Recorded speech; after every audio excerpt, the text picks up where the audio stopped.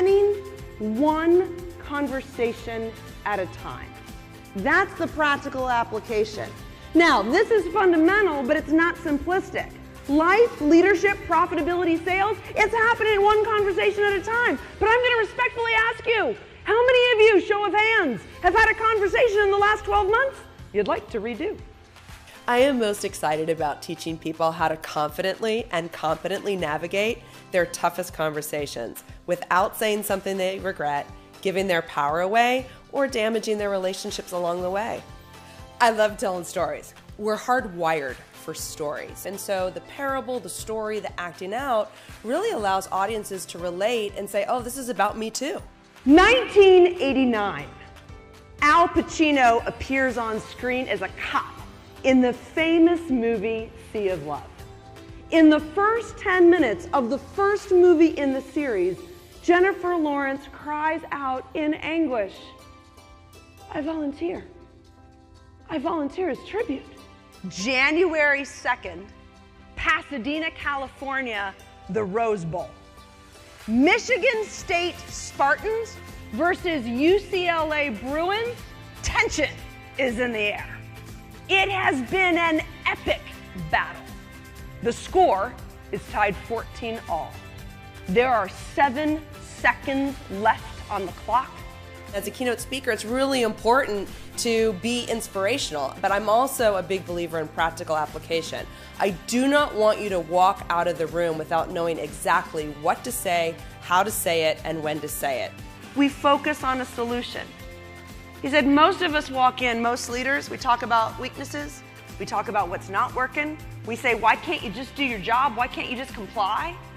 And all we do is perpetuate the problem forward. He said, when I flip it, when I talk about strengths and what's working and what people want and why they want it and how we're going to get it, I get buy-in, I get engagement, and I get people to play better. And it's so important for people to believe that they can own their future, that they have a say in the future.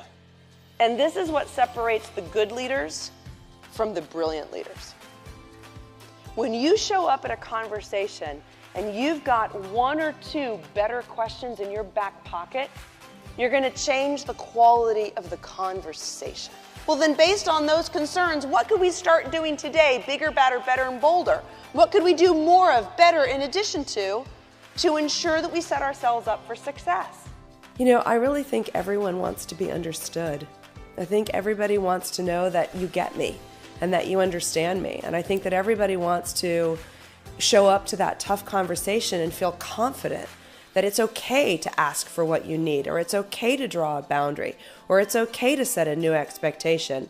And to be able to do that with purpose and clarity and to know your words, I mean, I think that people crave that.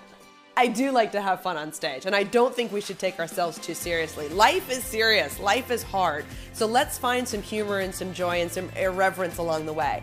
Well, let's play that one out. No! You're so close! You're so close! Yes! And this gentleman walks up. He's in a pinstripe suit. He's got a red tie. He walks up to the microphone and he says, AmyK. I was like, what? He says, I got a question for you. I was like, okay. He's like, you know that rainbow-colored row that you shared? I was like, yeah, the Aligning Brilliance tool. He was like, yeah, whatever. Can I use it on my wife? Yes. As a matter of fact, you can. And you're done. You're sort of like, oh, I should have emailed Frank back. Oh, what was the hashtag to the conference again? Do I have time to go to the bathroom? But have you ever had that conversation where you can watch the words leave your mouth and you're like, dude, probably shouldn't have said that. All of a sudden, the ref's hands shoot up. Michigan State has won. We're all human. I mean, we've all had conversations in the last 12 months we'd love to redo. But when you realize that you get a chance to connect with somebody, you get a chance to express your best self, and you do it one conversation at a time, it changes your life. I want people to walk out of the room knowing that they're worthy, that they are enough, and that their voice matters. Life is happening one conversation at a time. But when we take responsibility for the quality of these conversations, we can have a bigger, badder, better, bolder future. And that's our job as leaders today, to invest in the future one conversation at a time.